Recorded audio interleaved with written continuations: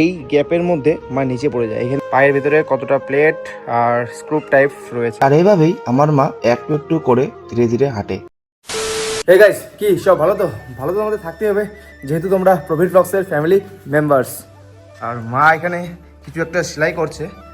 ব্যাপারটা হচ্ছে যে তোমরা সবাই আমাকে জিজ্ঞাসা করেছো যে মা এখন কেমন রয়েছে, ঠিক আছে? তো গাইস, মা যেহেতু এখানে বসে রয়েছে, সো মাই বলবে মা এখন কেমন রয়েছে। মা, তুমি এখন কেমন আছো সবাইকে বলো। আগের থেকে একটু ভালোই আছি। তারপর ব্যথা ব্যথা হয়? হ্যাঁ, ব্যথা তো আছে, আগে যেমন খুব ছিল, হ্যাঁ একটু এখন কমছে। যেই হোক, এখন মা আগের থেকে অনেক বেটার আছে। আর মা কিন্তু 4-5 মাসের মতো পুরো বেড রেস্টে ছিল। 4-5 মাস হবে না? হ্যাঁ, 4-5 মাস। 4-5 মাস ধরে কোনো বেড রেস্টে হাঁটাচলা করতে পারতো না আর কি। এখন যাই হোক, হাঁটাচলা করে একটু একটু করে। কেমন লাগে হাঁটাচলা করে? ভালোই লাগে। বাট আগের মতো তো আর হাঁটাচলা হয় না। না, আগের মতো আর হয় না। আগের মতো আর হাঁটাচলা করতে পারে না, একটু একটু করে হাঁটাচলা করে। অনেকেই তোমরা জানো না যে আমার মায়ের কি হয়েছিল। তো চলো আজকে তোমাদের বলি পুরো ঘটনাটা। মা অ্যাকচুয়ালি স্নান করে ছাদে এসেছিলো কাপড়গুলো শুকোনোর জন্য। আর আমরা সবাই বাড়ির উঠানে আড্ডা মারছিলাম, গল্প করছিলাম, ঠিক আছে? তো হঠাৎ করে পিছন দিকে একটা আওয়াজ আসলো। সো গিয়ে দেখি মা নিচে পড়ে রয়েছে। হাতের এই সাইড থেকে এই গ্যাপের মধ্যে মা নিচে পড়ে যায়। এখানে পা স্লিপ করে নিচে পড়ে যায় একদম। তোমরা জাস্ট একবার ভাবো, একজন বয়স্ক মানুষ এখান থেকে যদি নিচে পড়ে যায় তার অবস্থা কি হতে পারে। জাস্ট দেখো। ছাদ থেকে পড়ে গিয়ে মায়ের লেফট সাইডের হিপ বোন ভেঙে যায় আর স্পাইনে মারাত্মকভাবে একটা চোট পায়, ঠিক আছে? ডক্টর বলেছিল স্পাইনের জন্য কোনো অপারেশন করার দরকার নেই, মেডিসিন খেয়ে নাকি সুস্থ হয়ে যাবে, ঠিক হয়ে যাবে স্পাইন।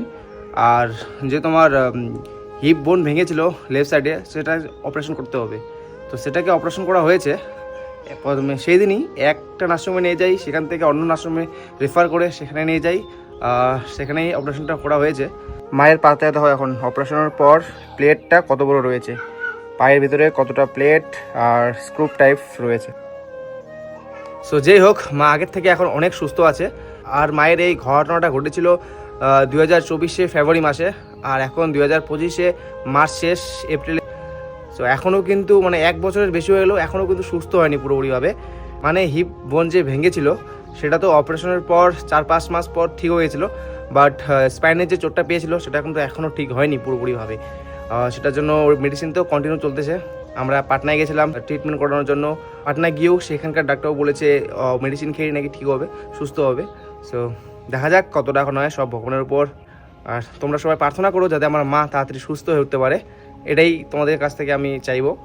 মা যখন রাস্তায় বেরোতে চায় তখন মায়ের পাশে কাউকে না কাউকে থাকতেই লাগে, কারণ মাকে একা ছাড়তে ভীষণ ভয় লাগে। আর এইভাবেই আমার মা একটু একটু করে ধীরে ধীরে হাঁটে। ছোট্ট শিশুকে যেভাবে হাঁটানো শেখা হয়, ঠিক তেমনই করে মায়ের এই অ্যাক্সিডেন্টের পর বাড়ির সকলে মিলে মাকে ধরে ধরে হাঁটাতে শিখিয়েছিলাম। আর গাইস, যা গরম পড়েছে না, জাস্ট এপ্রিল মাসের শুরু আর প্রচণ্ড গরম। আর এখন ছাদে রয়েছে, একটু ছায়ার মধ্যে একটু হাওয়া আসে, ঠিক আছে? তো চলো আজকের এই ভিডিওটা আমি এখানে শেষ করছি। দেখা হচ্ছে নেক্সট কোনো ব্লগে। আর ততক্ষণ তোমরা সবাই সুস্থ থাকো, ভালো থাকো, টাটা, টেক কেয়ার।